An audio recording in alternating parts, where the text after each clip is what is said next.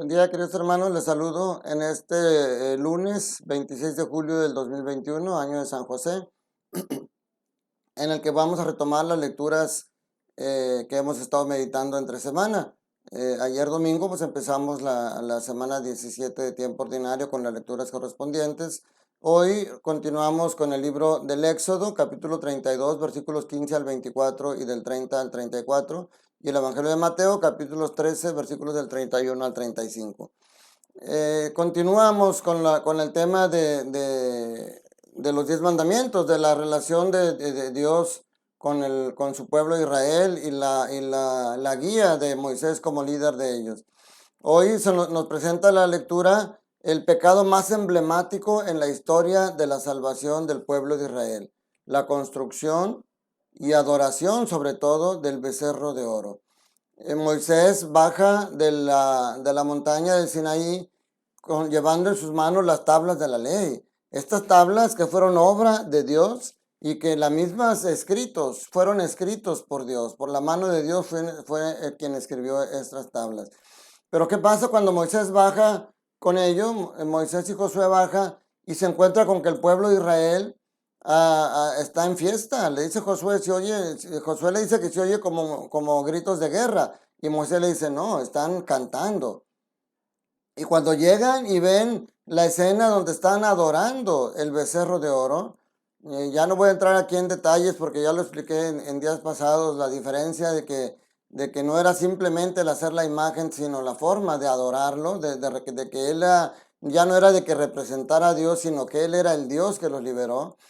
Entonces Moisés quiebra las piedras molesto porque han hecho un pecado gravísimo. Está consciente de la magnitud del pecado que ha cometido su pueblo. Y entonces le reclama a Aarón, ¿qué es lo que has hecho, Aarón? Y Aarón le dice, es que te tardabas mucho, y la gente se desesperaba.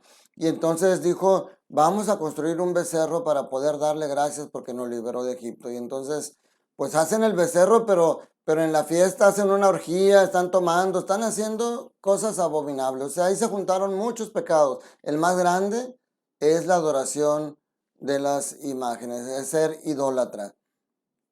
Repito, esto ya lo he explicado en días anteriores.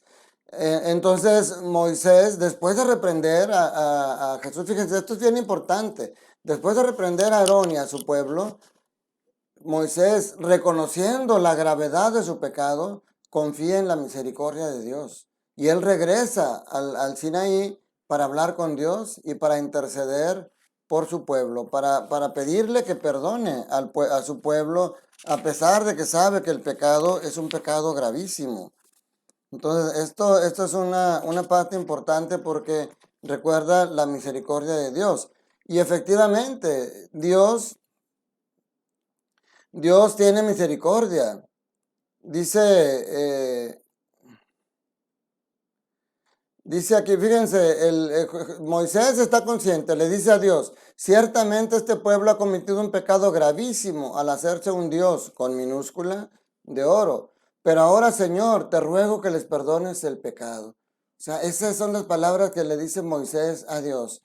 Y el Señor le responde, al que haya pecado contra mí lo borraré de mi libro. Ahora ve y conduce al pueblo al lugar que te he dicho y mi ángel irá delante de ti.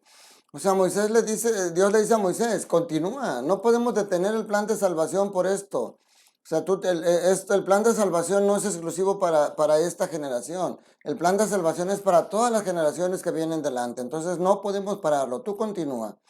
Pero dice, cuando llegue el día de mi venganza, le pediré cuentas de su pecado. O sea, a final de cuentas, siempre vamos a tener que rendir cuentas de nuestras acciones. Cuando lleguemos al final, por eso siempre hemos repetido, mientras estemos en esta vida, mientras tienes un aliento de vida, es momento de la misericordia de Dios. Y sea cual sea tu pecado, puedes acercarte a Él y el Señor es misericordioso. Pero si no lo haces y cuando ya estés frente a Él, quieras pedir misericordia, ese es el momento de la justicia. Y entonces nos pedirán cuentas de nuestras acciones.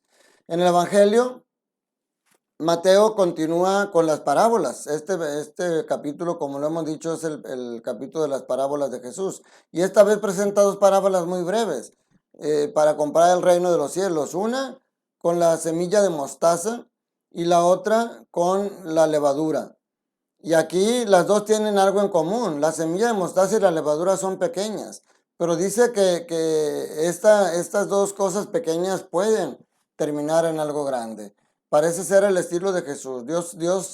Dios y Jesús mismo parecen elegir lo pequeño, elegir lo insignificante.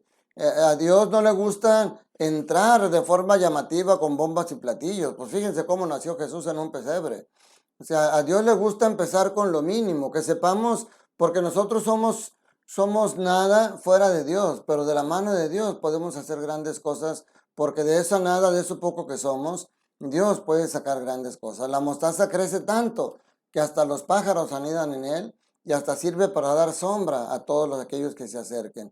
La levadura es tan pequeña, pero al unirse con la masa la fermenta y la hace crecer.